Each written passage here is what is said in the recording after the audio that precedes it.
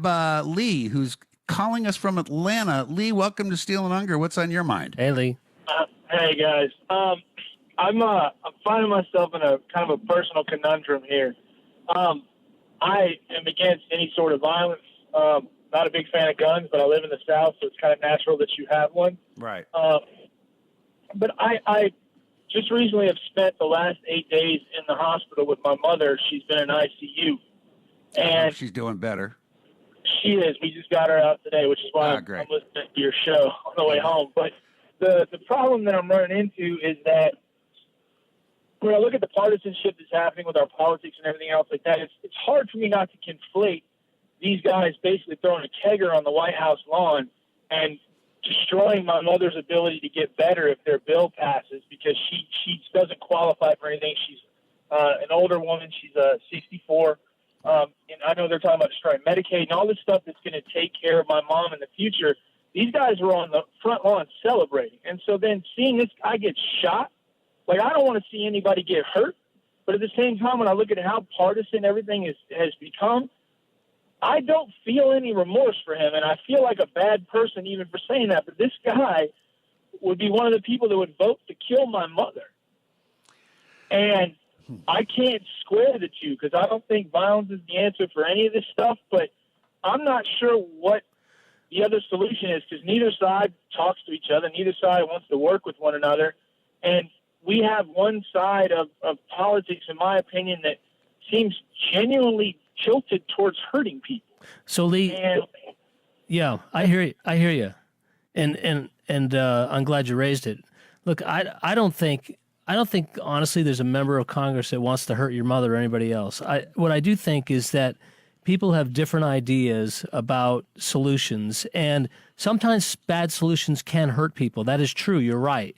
I don't know that the Republicans are actively plotting to keep people from getting insurance. I do believe they have a different idea about access to health care. And, Rick and I argue these things almost every time we're on the air together, and we have different ideas. But I don't think Rick wants to kill anybody, and I don't think he thinks think the Republicans or I want to kill anybody. We just have different ideas about it, and we've got to get past that and to listen more thoroughly to the policy idea as opposed to the invective that gets thrown from one side to the other, accusing one party to the other of doing something that's going to destroy something. I'll use the climate change. Donald Trump pulls out of the climate accord, and on the one hand, I hear one side said, the earth is going to be destroyed. That's not true. And the other side says the American economy is going to be destroyed if we don't do it. Well, that's not true either. The truth is actually between those two things. So let's get at the truth and see what it is. I don't think you may disagree with the Republican plan, but I don't think it's designed actually to hurt anybody. I think it's designed to try to get. I would vary that a little bit, to be honest. But I do first want to. Lee, I want to make a separation here, and point out that I totally get why you're concerned about your mom, and we'll talk about that in a second. But at the same time, while I may strenuously, just like you, disagree with Congressman Scalia's vote, not Scalia, Scalise, thank you, his vote on health care. And by the way, I separate health care from almost everything because I think it's the most important thing they deal with. He has a family too. So he's got a wife. He's got kids that are really freaking out right now for their dad. They didn't do anything to hurt anybody. So I think it's important to make that separation. Now, here's where I will vary from Rick's feelings on this and his response. I don't think that any Republican, I won't say any, because there are one or two that I know of who just have a sick attitude towards this, where their feeling is, hey, get off your butt and go to work and you won't need Medicaid. Well, you and I both know that's a bunch of baloney. And so those people who take that approach just don't care. They're messed up. There are other people in the House who voted for what the president himself has now called a cruel bill, who it's not that they, have something against your mom. What they do have, though, is a love for their own position and their own job.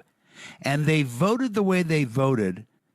At least some of them may have never read the damn bill at all, but some of them voted the way they voted knowing that there were people that were going to get hurt and that it didn't need to be that way. And they still went ahead and voted for it because their calculation was that vote would help them get reelected next year. Yeah, I don't disagree with that. And well, those are the people who I think are just as criminal as people who would set out to hurt somebody because they knew they were going to hurt people, but they didn't care. They were more interested in their own reelection. They didn't care about your mom or my family or anybody else. They just cared about themselves. And I think they are completely deserving of your criticism. Lee? Yeah. You got anything you want to add, buddy? Yeah, I think, and I appreciate your point, sir. And I think for the other Rick, I think my only retort would be, it's very easy to paint it that way.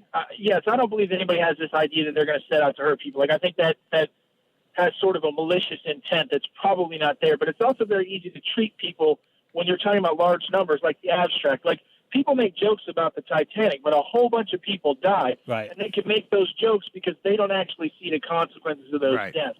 And it's also very easy, I think, for these people to talk about throwing 24 million people off of health care when they got the best health care and they're not even paying for it. Meanwhile, I'm looking, my mom's hospital was over $700,000, and that guy won't have to pay a dime. And she has no insurance? No, she has. We live in Atlanta. We have the Obamacare equivalent. Oh, good. Because Governor Deal here would not take the Medicaid expansion. Right. The choices here are awful. Yeah.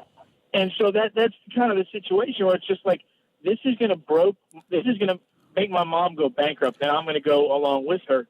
And it's hard for me not to conflate those two things and see this guy that voted for that way, that puts people like my mother in this position that he will never have. Lee, unfortunately, I got to wrap you up because we're at the hard break. Listen,